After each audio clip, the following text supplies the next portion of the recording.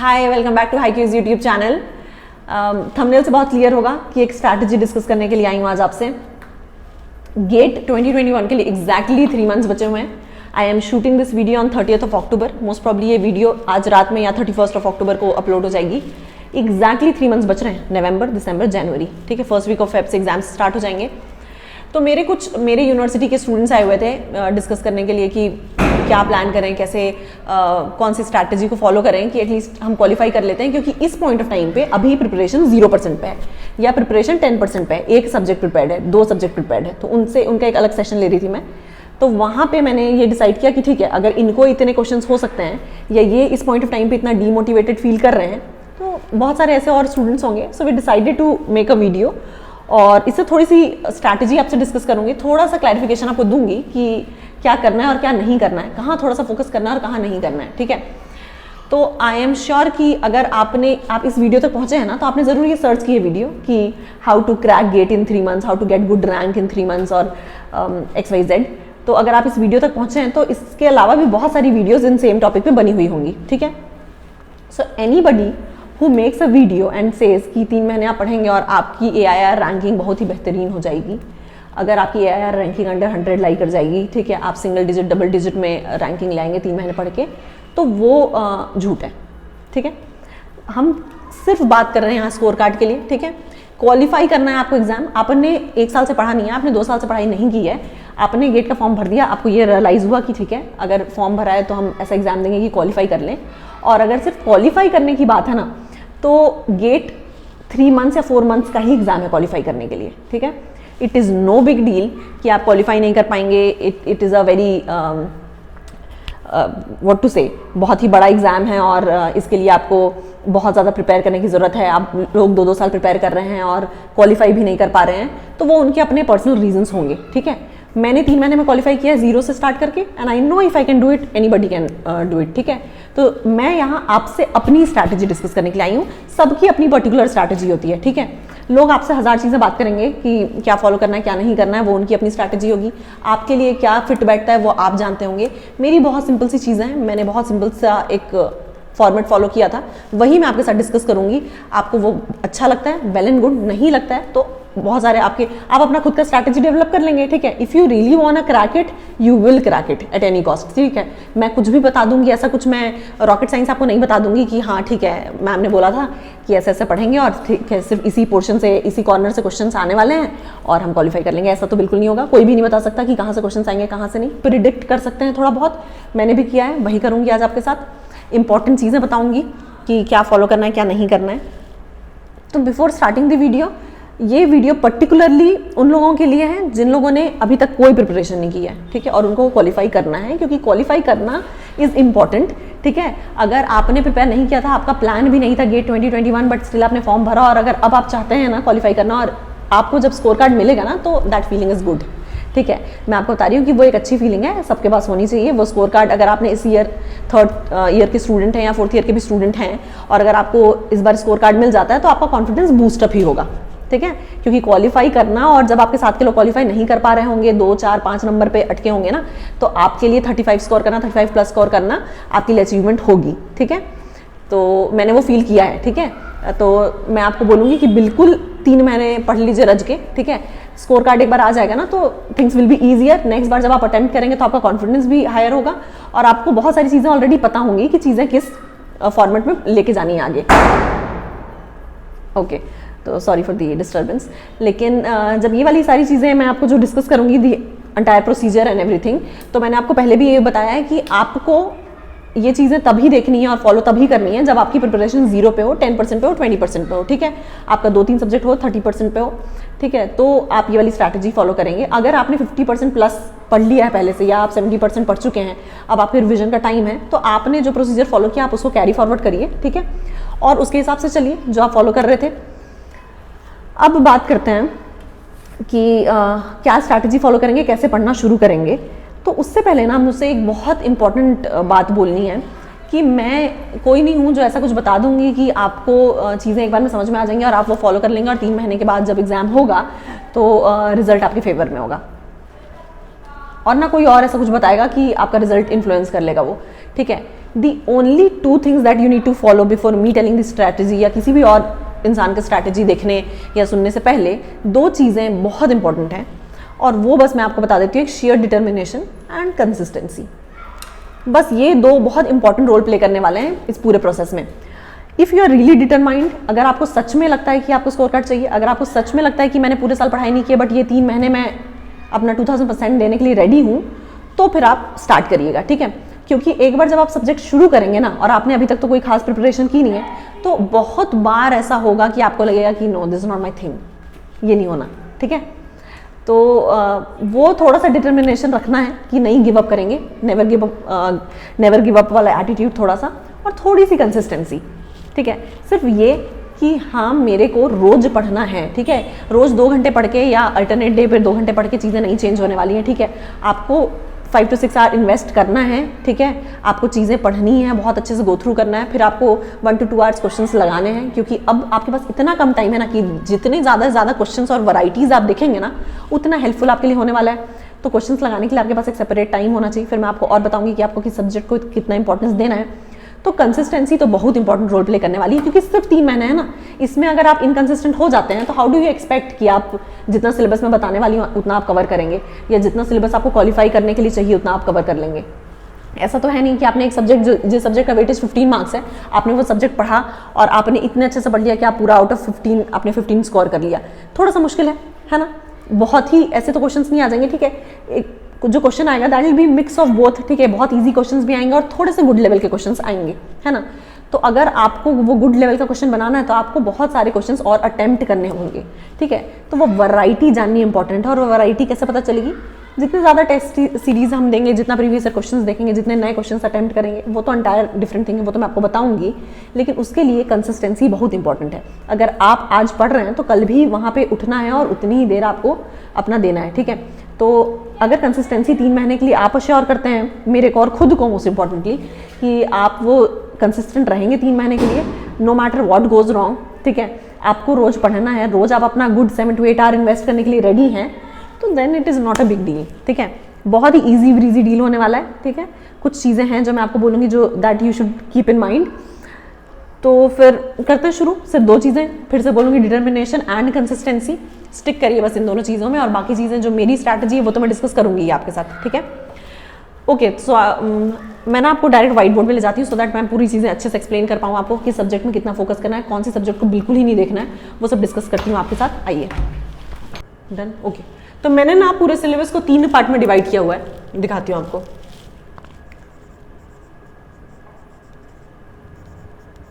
Maths और aptitude, ठीक है। ये है मेरा part 1। Okay, second part most important section, geotech, environment, transportation,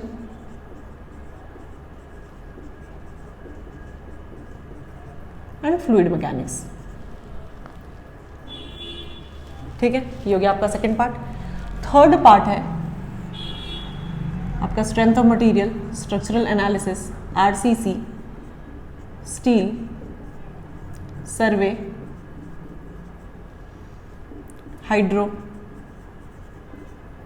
irrigation, और क्या आपका सीपीएम, मैकेनिक्स, ठीक है। ये हो गया आपका पार्ट 3। मैंने पूरा सिलेबस कवर कर लिया, नियरली, है ना। सब कुछ कवर हो गया, सारी इंपॉर्टेंट टॉपिक्स कवर, ठीक। अब आई पर्सनली फील कि out of all the branches civil एक ऐसा ब्रांच है जिसमें क्वालिफाई कर पाना सबसे ईजी है। कैसे? आपको पता है कि मैथ्स और एप्टीट्यूड अकेले 28 मार्क्स का वेटेज रखता है ना। आई डोंट नो आपको पता है या नहीं, जियोटेक अकेले 12 to 15 मार्क्स का वेटेज रखता है, इन्वायरमेंट 10 to 12 मार्क्स का वेटेज रखता है, ट्रांसपोर्टेशन कुछ आपके पास 8 to 10 मार्क्स का वेटेज रखता है, ठीक है।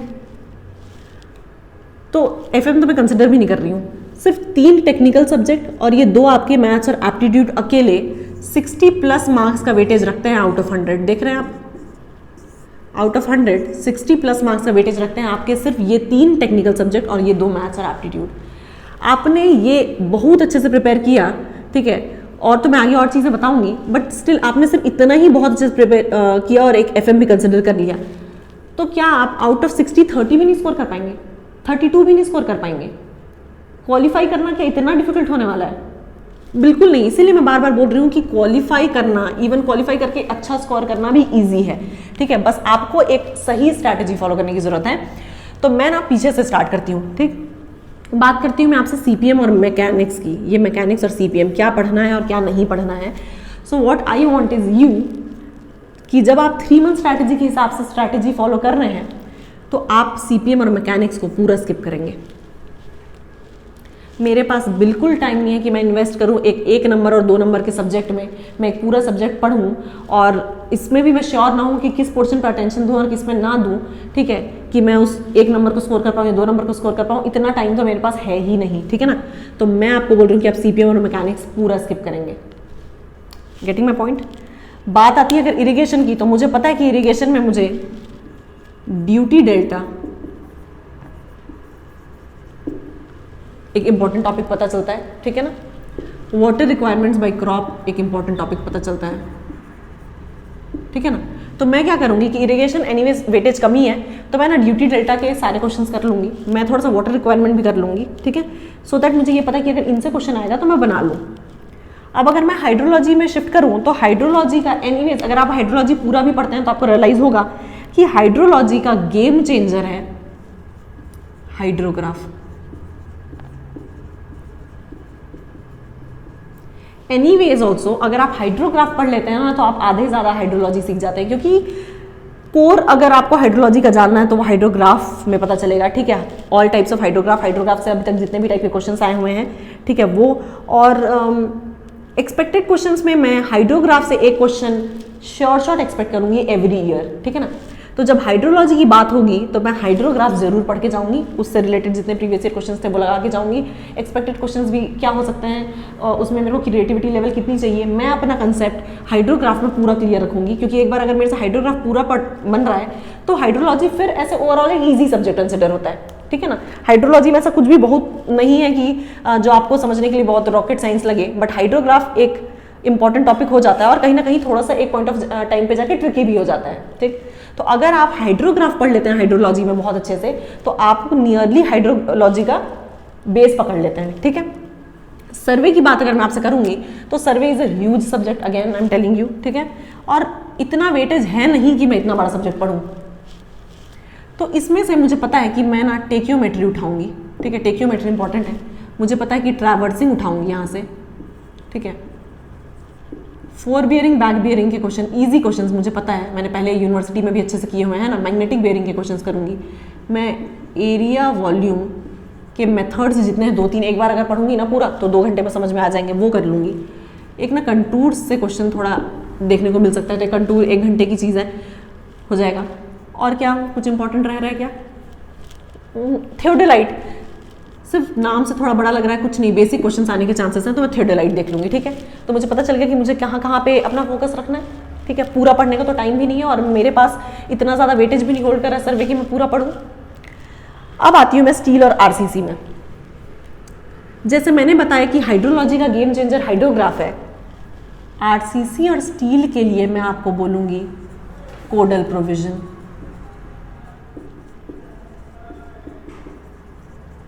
शॉर्ट डायरेक्ट इनडायरेक्ट कोडल प्रोविजंस देखने के लिए मिलेंगे आपको अगर आप आरसीसी स्टील के बारे में बात करेंगे तो।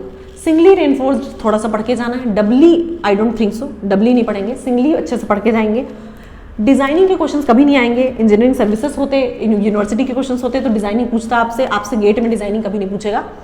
कोडल प्रोविजंस ना, कोडल प्रोविजन की पहले मेड इजी की ना एक बुकलेट आती थी कोडल प्रोविजन की IAS 456 की, जिसमें आरसीसी स्टील कंबाइंड होता था। अभी शायद उसकी सेपरेट बुक आ रही है, या कोई भी कोडल प्रोविजन की बुक अगर आपके पास मिल जाए तो आपको कोडल प्रोविजन मगअप करने if you want to score from RCC या स्टील, क्योंकि 1 या 2 एक्सपेक्टेड क्वेश्चंस कंफर्म होंगे मेरे पास कोडल प्रोविजन से, ठीक है। तो मैं कोडल प्रोविजन और सिंगली रेनफोर्स्ड को ज़्यादा ध्यान देने वाली हूँ जब मैं आरसीसी और स्टील के बारे में बात करूँगी। अब जैसे मैं स्ट्रक्चरल एनालिसिस में पहुंची तो मैं हर साल देखती हूँ कि मुझे डिटर्मिनेसी और इनडिटर्मिनेसी आना चाहिए, मुझे ट्रसेस आना चाहिए, मुझे मोमेंट एरिया में ज़्यादा परेशान नहीं होना है, ठीक है, मुझे सुपरपोजिशन लगाने आना चाहिए। ठीक है, डिटर्मिनेसी इनडिटर्मिनेसी सबसे इजी टॉपिक है, आपको पता है स्ट्रक्चरल एनालिसिस का, आपने अगर यूनिवर्सिटी में एग्जाम दिया आपको पता है। बेसिक चीज़ें आपको जॉइंट्स पता होने चाहिए, आपको पता होना चाहिए कि कहाँ कितना लोड लग रहा है। ठीक है, कौन कौन से लोड रिएक्ट करेंगे, कैसे करेंगे, किधर डिफ्लेक्शन होना है, किधर नहीं होना है, बेसिक चीज़ें। ठीक है, आपको अगर डिटर्मिनेसी इनडिटर्मिनेसी निकलने आता है, आपको पता है कि एक नंबर वहाँ से शॉर्ट उठाएंगे आप। ठीक है, ट्रसेस से क्वेश्चन आने के चांसेस होते हैं, अपन देखेंगे ट्रसेस। ठीक है, आर्चेस वगैरह में टाइम वेस्ट करने की जरूरत नहीं है। ठीक, वैसे अगर मैं मूव करूँ स्ट्रेंथ ऑफ मटेरियल में, it is a huge subject. ठीक है, बहुत बड़ा सब्जेक्ट है, बहुत वैरायटी है, बहुत कंसेप्चुअल सब्जेक्ट है, काफ़ी कुछ है जो आपको जानना है, बट टाइम नहीं है मेरे पास अभी। ठीक है, टाइम नहीं है तो मैं क्या पढ़ूंगी अभी स्ट्रेंथ ऑफ मटेरियल से? मैं पढ़ूंगी ना बेंडिंग मोमेंट, ठीक, मैं पढ़ूंगी ना शियर फोर्स, ठीक है, मैं पढ़ूंगी डिफ्लेक्शन।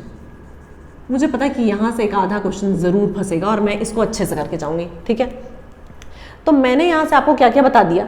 मैंने आपको बता दिया कि आप जब स्ट्रेंथ ऑफ मटेरियल पढ़ेंगे तो इट इज़, मेरे पास ना अगर 6-7 महीने होते ना, मैं ज़रूर स्ट्रेंथ ऑफ मटेरियल पे पूरा फोकस करती, क्योंकि अनडाउटेडली एक कंसेप्चुअल सब्जेक्ट है और इसका इन्फ्लुएंस दूसरे सब्जेक्ट्स में भी है, तो मैं ज़रूर बहुत अच्छे से पढ़ती। लेकिन इस पॉइंट ऑफ टाइम पे अभी मेरे पास बिल्कुल भी इतना टाइम है नहीं कि मैं इन्वेस्ट कर दूँ स्ट्रेंथ ऑफ मटेरियल में। तो मैं यहाँ से बेसिक चीज़ें देखूंगी, मेरा बेंडिंग मोमेंट, शियर फोर्स, अपना डिफ्लेक्शन के जो बेसिक क्वेश्चन हैं।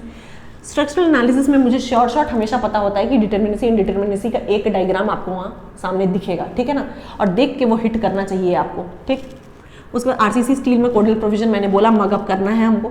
सर्वे में मैंने आपको बता दिया, हाइड्रोलॉजी में हाइड्रोग्राफ किया, मतलब आधा से ज़्यादा हाइड्रोलॉजी कर लिया मैंने। इरिगेशन से मुझे पता है ड्यूटी डेल्टा 2-3 नंबर का वेटेज रखने वाला है आपका सब्जेक्ट, तो ठीक है, इतना पढ़ के जाऊँगी तो मेरे लिए सफिशेंट है। मैं ना इस पूरे सेक्शन को नॉट वेरी इंपॉर्टेंट कंसिडर कर रही हूँ ना, बट मैंने कुछ भी बिल्कुल स्किप नहीं किया है यहाँ पे इनके अलावा, क्योंकि मुझे पता है कि मैं जो बोल रही हूँ इनमें से क्वेश्चंस आएंगे और ये जो आएंगे ये आपके लिए एक एडवांटेज क्रिएट कर देंगे वहाँ पे। ठीक है, क्योंकि ये जो मेरा पार्ट है दिस इज तो मोस्ट इंपॉर्टेंट। ठीक है, ये वेरी इंपॉर्टेंट सेक्शन है मेरा। ठीक है, तो ये तो मैं आपको अभी बताऊंगी ही, लेकिन इसमें मैं जो टॉपिक बोल रही हूँ ये आपको बहुत अच्छे से कवर करने की जरूरत है। हो सकता है कुछ मिस भी हो गया होगा। ये मैंने एनालिसिस कैसे किया, प्रीवियस ईयर से किया, मुझे पता है कि कौन कौन से कॉर्नर्स को टच कर रहे हैं बार बार, तो मुझे पता है कि ये कुछ शॉर्ट चीज़ें हैं और अभी जितना कम टाइम बचा है मुझे इनमें ही फोकस करने का वक्त है मेरे पास और मैं करूँगी। अब अगर मैं अपने पार्ट 2 में आती हूँ तो मैं बात करती हूँ सबसे पहले फ्लूइड मैकेनिक्स की। तो फ्लूइड मैकेनिक्स में पता है फ्लूइड प्रॉपर्टीज इंपॉर्टेंट हैं, लेकिन जो प्रैक्टिकल एप्लीकेशंस हैं जैसे आपका क्या हो गया, टर्बाइन हो गया, जो आपका सेंट्रीफ्यूगल पंप्स हो गए, वो बहुत इंपॉर्टेंट नहीं है, उससे क्वेश्चंस देखने नहीं मिलते हैं। मैंने आपको बताया कि हाइड्रोलॉजी में हाइड्रोग्राफ बहुत इंपॉर्टेंट रोल प्ले करेगा। मैंने आपको बताया आरसीसी और स्टील में अगर आपको कुछ करना है तो आप कोडल प्रोविजन करिए।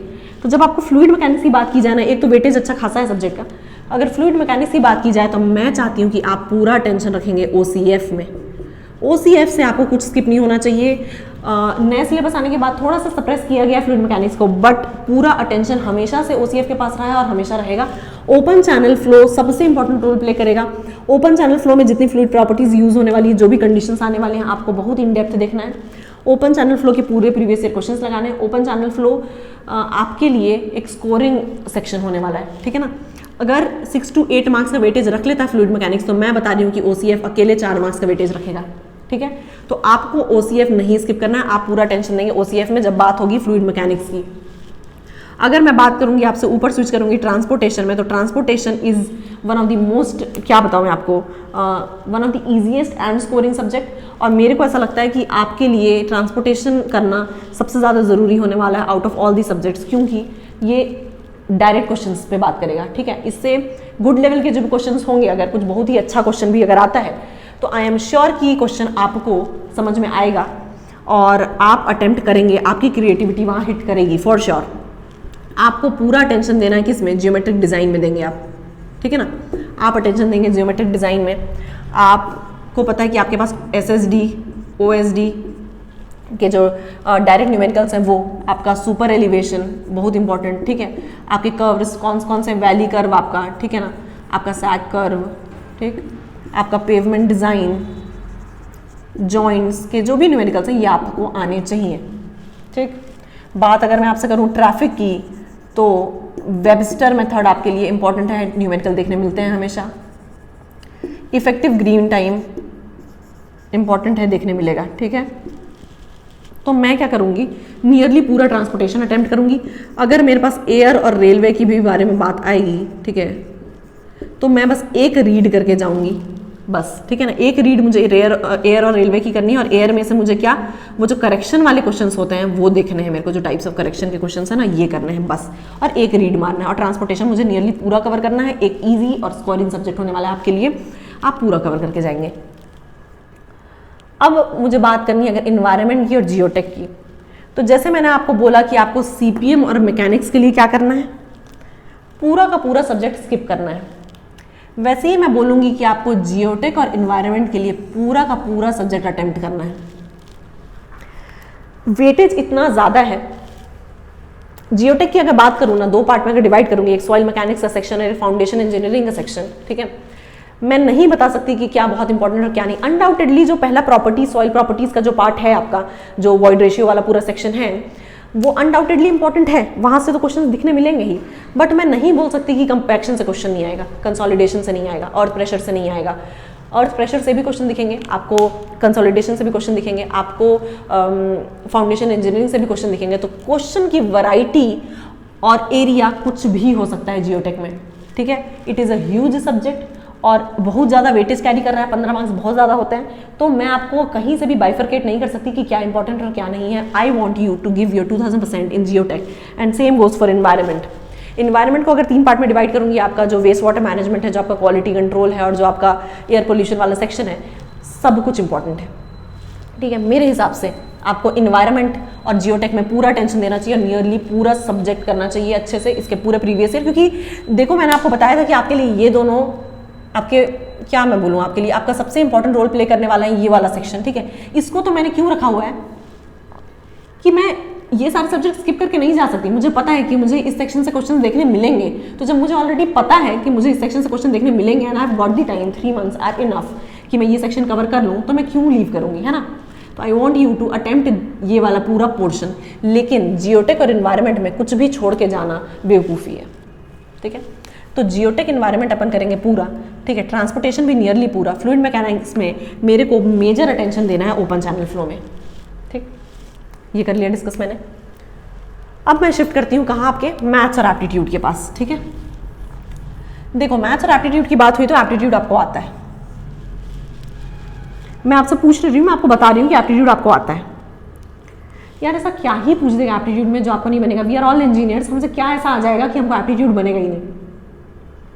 आई एम टेलिंग यू, आपको एप्टीट्यूड ऑलरेडी आता है। सिर्फ 45 मिनट्स मेरे को आपके डेली चाहिए कि आप न्यू क्वेश्चंस अटेम्प्ट कर पाएँ, ठीक है। सिर्फ क्वेश्चंस अटेम्प्ट करने, क्योंकि आपको एप्टीट्यूड पढ़ना नहीं है, आपको एप्टीट्यूड ऑलरेडी आता है। आपको सिर्फ क्वेश्चंस नए लगाने हैं। वो 45 मिनट्स मुझे आप डेली दीजिए फॉर 3 मंथ्स और यूर डन, ठीक। अब बात करती हूँ मैथ्स के बारे में। मैथ्स के बारे में अगर बात करूँ तो बहुत ही सिलेक्टिव टॉपिक वाइज पढ़ना पड़ेगा मैथ्स को, ठीक है। और इसके लिए भी मैं आपसे कोई बहुत ज़्यादा टाइम नहीं, मैं आपसे डेली 1 आवर ही मांग रही हूँ, ठीक है ना। मैं आपसे डेली 1 आवर मांग रही हूँ, और सेलेक्टिवली पढ़ना होगा टॉपिक वाइज का। मेरा मतलब क्या है वो मैं आपको बताती हूँ कि जैसे मैंने मैथ्स में उठाया लीनियर अलजेब्रा, ठीक है ना। लीनियर अलजेब्रा की अगर बात करूँ तो मुझे पता है कि मैं कहाँ से कंफर्म क्वेश्चन देखूंगी, आइगन वैल्यू से देखूंगी। मुझे पता है कि मैं कंफर्म क्वेश्चन कहाँ से देखूंगी, आइगन वेक्टर से देखूंगी। मुझे पता है कि रैंक से क्वेश्चन देखने मिलेगा। मुझे पता है कि टाइप्स ऑफ इक्वेशन से क्वेश्चन देखने को मिलेगा, पता है, कंफर्म, ठीक है। अब अगर बात मैं करूं कैलकुलस की, तो कैलकुलस में मुझे पता है कि मैक्सिमा मिनिमा बहुत इंपॉर्टेंट रोल प्ले करेगा, ठीक है। मुझे पता है कि मीन वैल्यू थ्योरम इंपॉर्टेंट है। मुझे पता है कि लिमिट्स के बहुत इजी क्वेश्चंस आपको देखने के लिए मिलेंगे, ठीक। अगर अब मैं बात करूं आपसे, किसकी बात कर लूं मैं थोड़ा, मैं बात करूं अगर आपसे डिफरेंशियल इक्वेशन की, ठीक है। डिफरेंशियल इक्वेशन अगर मैंने उठाया तो आपको कंफर्म देखने के लिए क्या मिलेगा, आपको कंफर्म मिलेगा फर्स्ट ऑर्डर डिफरेंशियल इक्वेशन से क्वेश्चन, ठीक है। आपको देखने को मिलेगा लैपलास, पता है आपको कि लैपलास इंपॉर्टेंट है, ठीक है। आपको देखने के लिए मिलेगा कॉम्प्लेक्स वेरिएबल से कुछ, ठीक है। आई बात समझ में। अब अगर मैं जैसे बात करूं आपसे न्यूमेरिकल मेथड्स की बात करूं, आई डोंट नो विजिबल है या नहीं, ठीक है। अगर आपसे मैं न्यूमेरिकल मेथड्स की बात करूंगी, न्यूमेरिकल मेथड में आपको पता है कि सिम्पसन्स 1/3 रूल से क्वेश्चन देखा है हम लोगों ने हमेशा। तो बहुत सारे मेथड्स हैं, ठीक है। लेकिन मैं सिम्पसन्स इस पे क्यों फोकस कर रही हूँ, क्योंकि मुझे पता है कि इससे क्वेश्चन आने के चांसेस हैं। और न्यूमेरिकल मेथड में अगर सिम्पसन देख लिया तो मेरे पास क्या है, ट्रेपेजॉइडल से क्वेश्चन आने के चांसेस हैं, तो मैं थोड़ा ट्रेपेजॉइडल भी देखूंगी, है ना। तो ऐसे ही मुझे ना टॉपिक वाइज पढ़ना पड़ेगा जब मैं मैथ्स की बात करूंगी तो, और टॉपिक वाइज में मुझे पता है कि मेरे लिए कौन कौन से हिट टॉपिक्स हैं, मैं वहाँ पे फोकस करूंगी।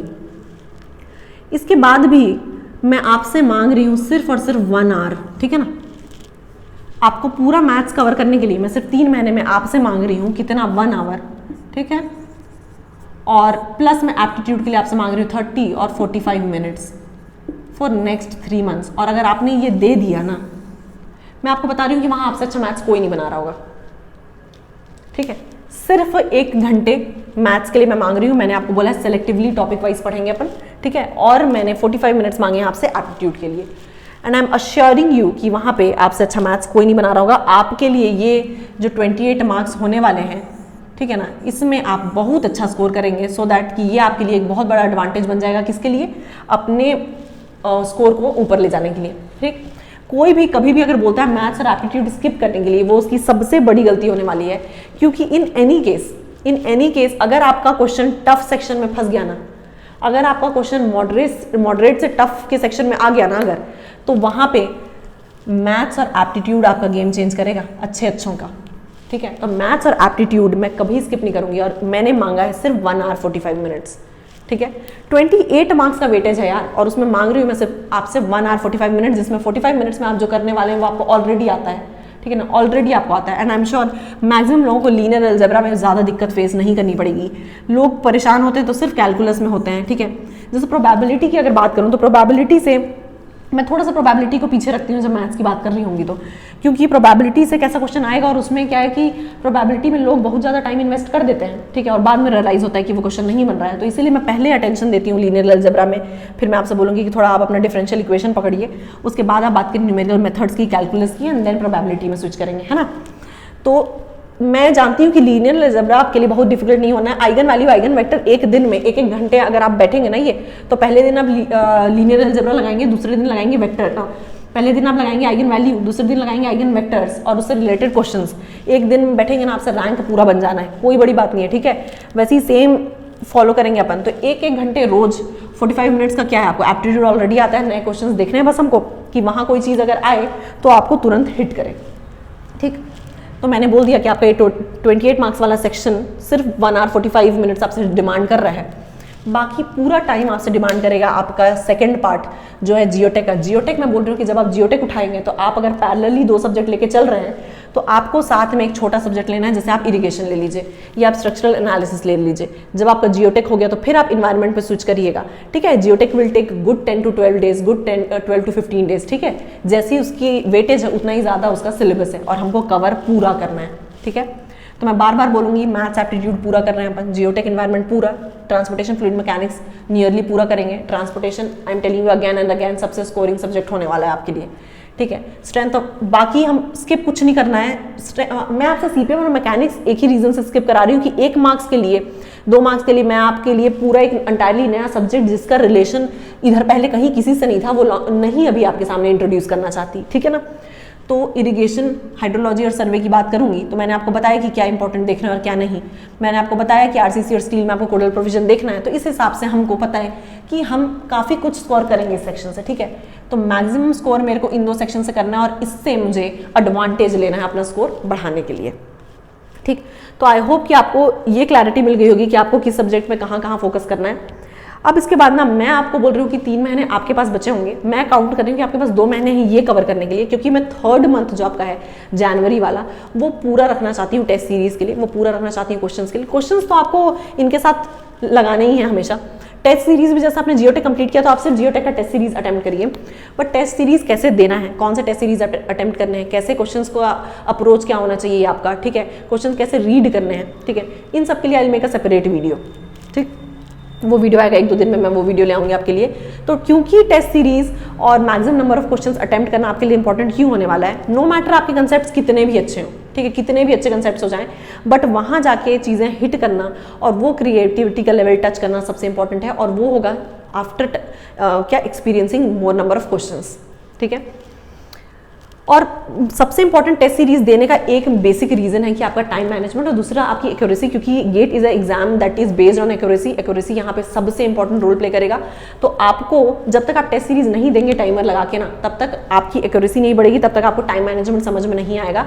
तो नो मैटर कि आपने 90% सिलेबस भी प्रिपेयर किया होगा, बट अगर अभी तक आप टेस्ट सीरीज नहीं दिला रहे हैं, अगर आपका अभी तक फुल लेंथ टेस्ट सीरीज शुरू नहीं हुआ है, अगर आपने अभी तक सब्जेक्ट वाइज टेस्ट सीरीज नहीं दिलाया है, you are still sticking to your notes, और आप वही क्वेश्चन जो आपके क्लास किसी भी XYZ क्लासेस में करवाए गए हैं और वही न्यूमेरिकल्स अगर आप लगा रहे हैं, तो ये बिल्कुल भी फ्रूटफुल नहीं होने वाला है। आई एम श्योर अबाउट इट। ठीक है, maximum number of questions attempt करना इंपॉर्टेंट है और टाइम मैनेजमेंट एंड एक्यूरेसी पे ध्यान देना बहुत बहुत ज़रूरी है। उसके लिए मैं अलग वीडियो लाने वाली हूँ आपके लिए। I am skipping something about no. हाँ, तो आई होप कि इतनी चीज़ें तो आपके लिए क्लियर होंगी। और अभी से आप ना जैसे भी पढ़ते जाते हैं तो साथ में क्वेश्चंस लगाते जाइए। और हाँ, नोट्स बनाने पे अभी ज़्यादा टाइम नहीं वेस्ट करना। हमारे पास टाइम है ही नहीं कि हम खुद के नोट्स बना पाएँ। नोट्स मिलना बहुत ईजिली अवेलेबल है, कहीं से भी आपके सीनियर्स के नोट मिलेंगे। आप कोई कोचिंग गए होंगे तो वहाँ के नोट्स होंगे, आपका कोई फ्रेंड गया होंगे, नहीं तो ईजिली अवेलेबल है नेट पे, आपको कहीं के भी नोट्स मिल जाएंगे। तो आपको क्या करना है, अब चीज़ें बस हाईलाइट करनी है। अब वही टाइम है कि आप चीज़ें हाईलाइट कर पाएँ। आप पूरा नोट्स खुद से प्रिपेयर करें, इसका टाइम आपके पास है नहीं। हाँ, शॉर्ट नोट्स अगर आपको कुछ बनाने, डू दैट। ठीक है, कि वो आपको फाइनली जब आप रिवाइज करें वो सब्जेक्ट तो आप फटाफट देख पाए। ठीक है, तो ये डिस्कशन हो गया है। I would want you to give your best shot. ठीक है, मैंने बार बार इसी चीज़ पे फोकस किया है कि आपको कंसिस्टेंट रहना है और आपको बहुत ज़्यादा डिटर्मिनेशन दिखाने का टाइम आ गया है। ठीक है, तो give your 2000% and all the very best. I am very sure अगर आपको सच में लगता है कि अभी आप 0 पे हैं और आप रेडी हैं परफॉर्म करने के लिए ना, nobody can stop you। आप बस एक बेसिक स्ट्रैटेजी फॉलो करके चलिए। आई एम श्योर आप पेपर देके आएंगे ना, and you will be texting me on Instagram कि हाँ 4 दिया हम लोगों ने। ठीक है, so I will be waiting for the message and next video बहुत जल्दी लाऊंगी मैं। तब तक आप इस पर स्टिक करिए and all the best. And also very important thing, if ये वर्क नहीं करता है, इन एनी केस आपने अपना पूरा मतलब आपने 2000% दे दिया और ये चीज़ें नहीं वर्क की, result was not in your favour, no issues, like there are better things waiting. ठीक है, तो अपन को हमको सिर्फ all we can do is to give our 2000%। आगे जो होगा वो तो देख ही लेंगे, है ना। तो ऑल द बेस्ट, फिर डन या